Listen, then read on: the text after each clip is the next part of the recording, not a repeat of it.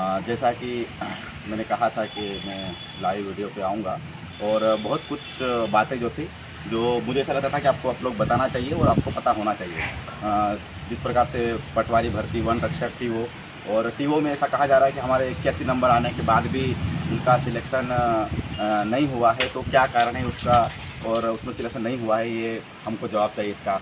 और इसकी शॉर्ट बहुत से लोग भेज रहे हैं कि इसमें लिखा है कि अकार्यपालिक पदों पर भी वर्ग 2 में ग्रेड 3 में दे दिया गया है, ग्रेड 2 में दे दिया गया है। ऐसे कई सवाल है, वो हर सवालों का एक सवालों का जवाब दूंगा। और इस वीडियो के माध्यम से मैं लगभग चाहूँगा कि आपको समझ में 100% आ जाना चाहिए, और इसके बावजूद अगर समझ में आपको नहीं आए तो फिर आपको भगवान ही बचाए। तो साथियों, पहली बात ये है, बहुत से लोग ये सवाल ये करें कि बेगा भारिया सहरिया हमारा निमाड़ मालवा के युवाओं को भर्तियाँ ले लेते हैं और हम लोग तो गुजरात और यहाँ नौकरी कर जाना पड़ता है हमको, हम इतनी मेहनत करें हमें क्यों नहीं लेता, ये हमारी पोस्ट ले रहे बेगा सहरिया भारिया। तो उनको बता दूँ, बेगा सहरिया भारिया ये पीवीजीटी इनका एक अलग से नाम दिया गया होता है, और पूरे भारत में ये कम से कम 75 ऐसी जनजातियाँ हैं जो पीवीजीटी के अंतर्गत जाते हैं। और जो कोटा की बात कर रहे हैं आप, तो ये बात आपकी बिल्कुल सत्य है, कोटा की बात। लेकिन मैं आपको इसमें बताऊँ तो आपकी आंखें खुल जाएगी कि कोटा जो है पीवीजीटी का अलग से ही कोटा होता है, और अलग से कोटा भी होता है, और उसके साथ में ही इन लोगों को बजट भी अलग होता है। कोटा तो बहुत छोटी बात है, जो नौकरी वालों के बात तुम कोटा करे हो, इन लोगों के विकास के लिए भी अलग ही बजट होता है। अभी वर्तमान के बजट में, आप केंद्र के बजट में देखोगे तो 15,000 करोड़ रुपए का समथिंग पीवीजीटी के लिए 75 जनजातियों के लिए अलग से कोटा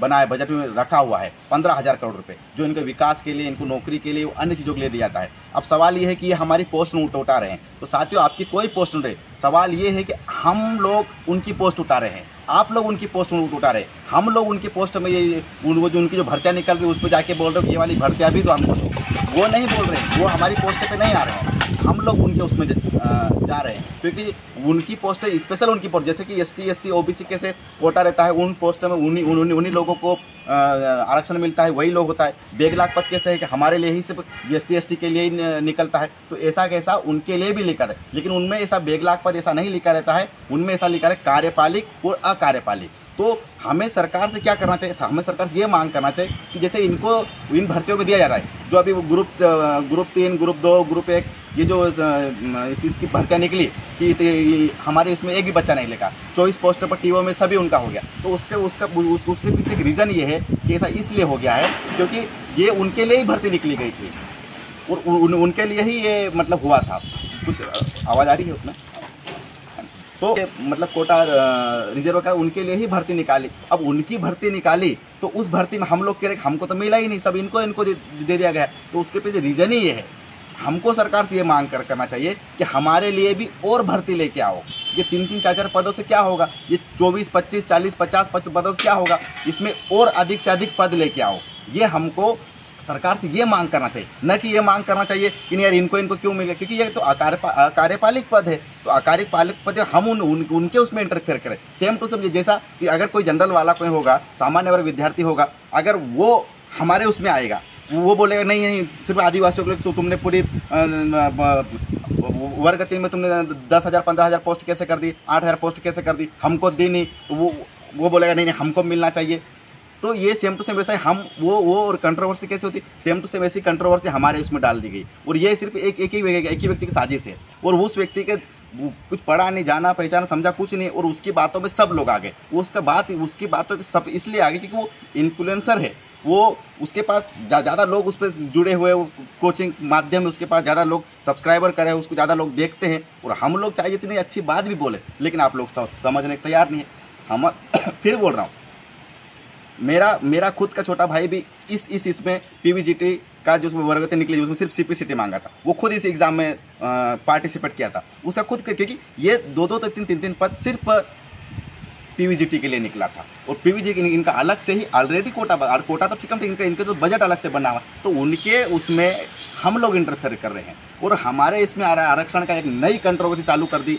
और साथियों, ये छोटी चीज़ नहीं है। आज आपने ये बोला, कई दिन पहले ये भी देखा था कि अरे यार तो ये तो बारेला भिलाला की पूरी पोस्ट उठा के लेके जाता है भर्तियों में, बिल आ रहे हैं तो डेवलप हो गए हैं, ये भीलों की पूरी पोस्ट उठा के ले जा रहे हैं, ये दूसरी का कोई जनजाति वो बोल रही है कि हमको इसका लेके जा रहा है। तो ये आपस में ये कंट्रोवर्सी पैदा की जा रही है। आप लोग आप समझो इस चीज़ को, हमें आपस में इस कंट्रोवर्सी पैदा करने के बजाय हमें आपस में लड़ना चाहिए। कोई गुजरात महाराष्ट्र में आपको दाढ़ी करने जाने की जरूरत नहीं है। आप जब अपने अधिकारों को समझोगे, जैसे 1.5 लाख 2 लाख पद खाली है, अब उसमें हमसे हमारे बहुत से अभी सिविल जज वाला हुआ, उसमें सिविल जज में हमारे 2 लाख पद खाली रहे। अभी वर्ग 3 वाला है, वर्ग 3 में हमारे 2 लाख पद खाली रहे। क्यों? क्योंकि हम खुद भी एबल नहीं है, हम खुद भी एबल नहीं है उस पोस्ट कि क्रैक कर पाए और उनको खाली छोड़ दी। तो हमको ये मांग करा कि हमको भी उस वन पोस्टों को रिलीज़ किया जाए और उनको दिया जाए। हमको ये मांग करना, ना कि ये कि नहीं यार ये बेगा सहरिया भारिया को दे दिया गया है, मेरा तो 81 नंबर लाने के।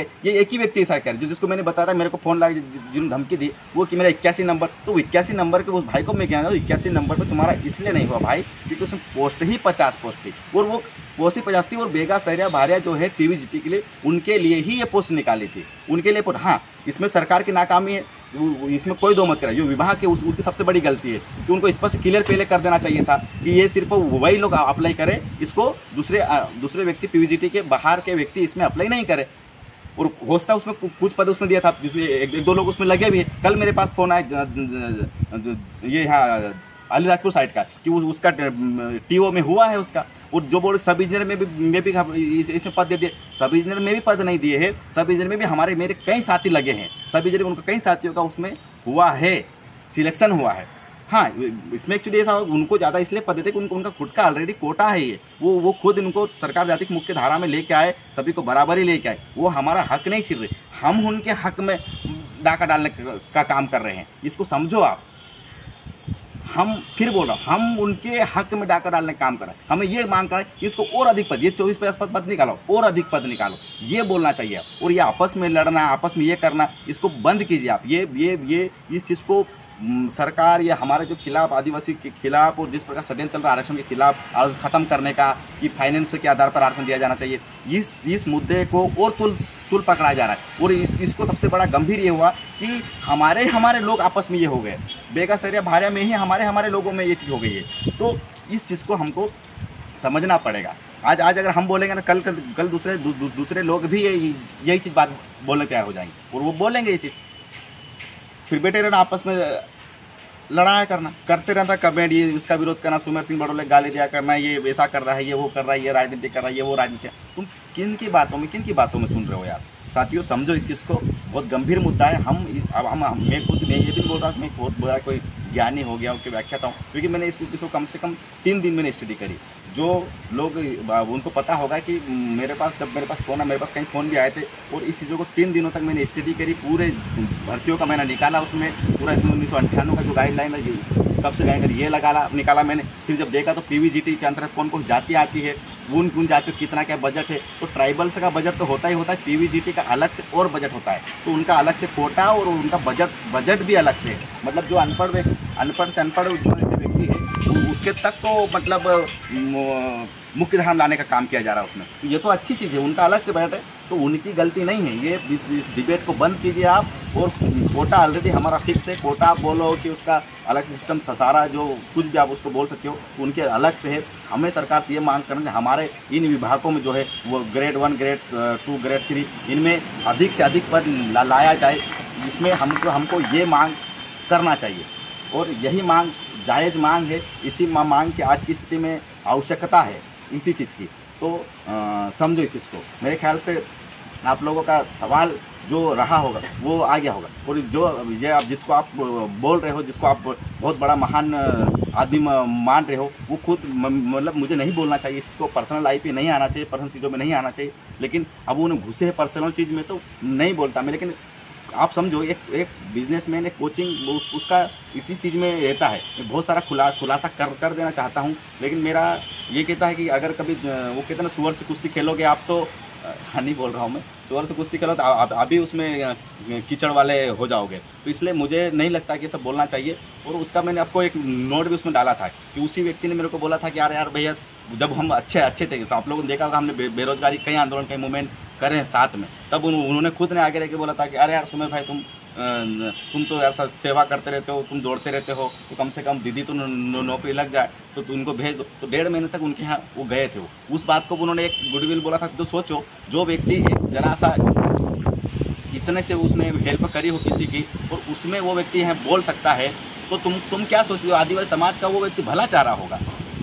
इसको दिमाग बुद्धि में डालो। मैं नहीं बोला उसने किस मनोदशा से बोला हो, किधर क्या कर रहा है, लेकिन फैमिली तक जाना मतलब बड़ी बात हो जाती है। और वो गए हैं फैमिली तक, पर मैं नहीं जाऊंगा। मैं फैमिली, किसी फैमिली तक मुझे नहीं जाना है। मुझे किसी का वो नहीं करना, उसको जो करना है वो करे।